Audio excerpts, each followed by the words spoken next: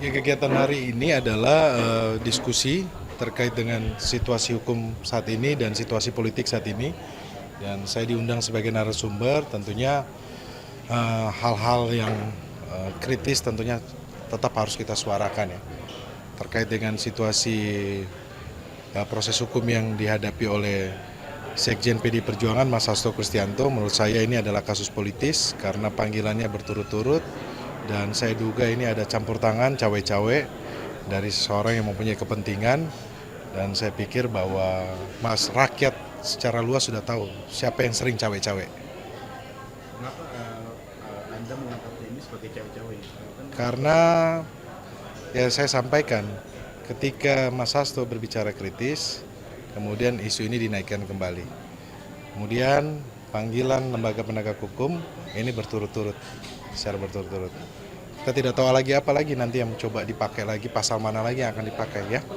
Jadi saya lihat ini adalah kasus yang politis. Apakah ini ada upaya memang untuk melemahkan PDIP sendiri, Pak? Ya, karena memang sampai saat ini dari para tokoh politik mungkin ya satu-satunya yang masih konsisten sampai saat ini adalah Sekjen PD Perjuangan dan menyampaikan kritik kepada pemerintah, dan itu adalah sikap dari Partai PD Perjuangan. Dan saya rasa rakyat mendukung ya terhadap kritik. Kalau kita bicara soal kebijakan pemerintah yang saat-saat ini merugikan rakyat, kemudian PD Perjuangan bersuara kritis, saya rasa itu rakyat ikut mendukung.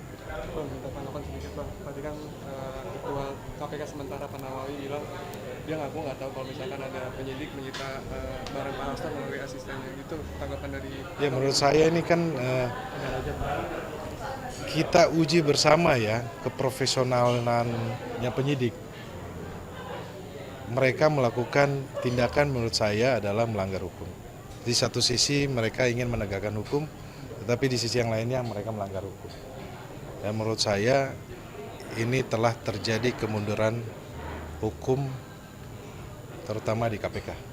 Ya, bahwa sisi yang lainnya zaman Bung Karno diperiksa didampingi oleh pengacara, zaman kolonial Belanda.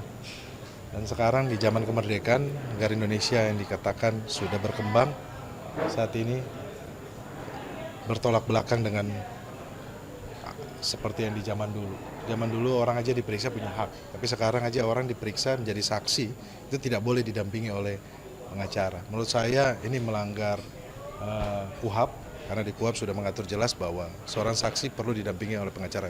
Supaya apa? Supaya tidak ada lagi namanya praktek-praktek yang saya sebut malpraktek hukum atau kriminalisasi. Orang dijebak, dipaksa untuk ini, mengaku, dipaksa untuk menyerahkan barang bukti yang tidak sesuai dengan undang-undang. Ya. Perlu ada evaluasi nggak sih bang? Mungkin dari kedeputian tindakan KPK sendiri kan beliau yang bertanggung jawab ya. Ya, tentunya kan prosesnya sekarang sedang di Dewas ya. Kita sudah punya bukti juga didukung oleh teman-teman rekan-rekan wartawan dari salah satu TV nasional. Itu ada videonya sudah kita sampaikan ya. Dan kita lihat ketegasan dari Dewas, dan saat ini kan Dewas juga pun sedang disorot juga ya terkait dengan beberapa kontroversi ya. Jadi buat saya agak sulit kita menyampaikan bahwa KPK tidak bisa diintervensi. Karena kita ingat bersama dulu pernah ada komisioner KPK bernama Pak Agus Raharjo pernah menyampaikan di salah satu TV nasional bahwa beliau diintervensi, dipanggil oleh Presiden Joko Widodo. Makasih. Ya, kegiatan hari ini adalah diskusi terkait dengan situasi hukum saat ini dan situasi politik saat ini. Dan saya diundang sebagai narasumber, tentunya hal-hal yang kritis tentunya tetap harus kita suarakan ya. Terkait dengan situasi proses hukum yang dihadapi oleh Sekjen PD Perjuangan Mas Hasto Kristianto, menurut saya ini adalah kasus politis karena panggilannya berturut-turut, dan saya duga ini ada campur tangan cawe-cawe dari seseorang yang mempunyai kepentingan, dan saya pikir bahwa rakyat secara luas sudah tahu siapa yang sering cawe-cawe. Kenapa Anda mengangkat ini sebagai cawe-cawe? Karena ya saya sampaikan, ketika Mas Hasto berbicara kritis, kemudian isu ini dinaikkan kembali.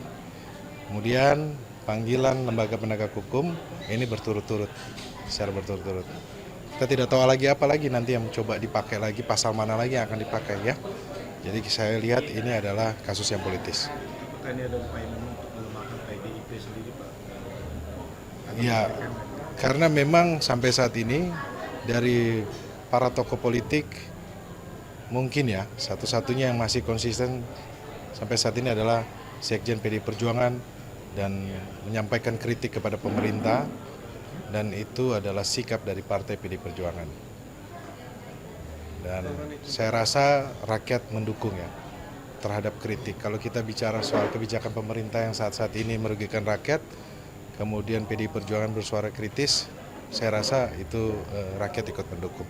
Bang, minta tanggapan sedikit bang. Tadi kan ketua KPK sementara Pak Nawawi bilang dia ngaku nggak tahu kalau misalkan ada penyidik menyita barang Pak Hasto melalui asistennya. Itu tanggapan dari. Ya menurut saya ini kan kita uji bersama ya keprofesionalannya penyidik. Mereka melakukan tindakan menurut saya adalah melanggar hukum. Di satu sisi mereka ingin menegakkan hukum, tetapi di sisi yang lainnya mereka melanggar hukum. Dan menurut saya ini telah terjadi kemunduran hukum terutama di KPK. Ya. Bahwa sisi yang lainnya zaman Bung Karno diperiksa didampingi oleh pengacara, zaman kolonial Belanda. Dan sekarang di zaman kemerdekaan, negara Indonesia yang dikatakan sudah berkembang, saat ini bertolak belakang dengan seperti yang di zaman dulu. Zaman dulu orang aja diperiksa punya hak, tapi sekarang aja orang diperiksa menjadi saksi, itu tidak boleh didampingi oleh pengacara. Menurut saya ini melanggar KUHAP, karena di KUHAP sudah mengatur jelas bahwa seorang saksi perlu didampingi oleh pengacara. Supaya apa? Supaya tidak ada lagi namanya praktek-praktek yang saya sebut malpraktek hukum atau kriminalisasi. Orang dijebak, dipaksa untuk ini, mengaku, dipaksa untuk menyerahkan barang bukti yang tidak sesuai dengan undang-undang. Ya. Perlu ada evaluasi nggak sih bang? Mungkin dari kedeputian tindakan KPK sendiri, kan beliau yang bertanggung jawab ya. Ya, tentunya kan prosesnya sekarang sedang di Dewas ya. Kita sudah punya bukti juga didukung oleh teman-teman rekan-rekan wartawan dari salah satu TV nasional. Itu ada videonya, sudah kita sampaikan ya. Dan kita lihat ketegasan dari Dewas, dan saat ini kan Dewas juga pun sedang disorot juga ya terkait dengan beberapa kontroversi ya. Jadi buat saya agak sulit kita menyampaikan bahwa KPK tidak bisa diintervensi. Karena kita ingat bersama dulu pernah ada komisioner KPK bernama Pak Agus Raharjo pernah menyampaikan di salah satu TV nasional bahwa beliau diintervensi, dipanggil oleh Presiden Joko Widodo. Makasih.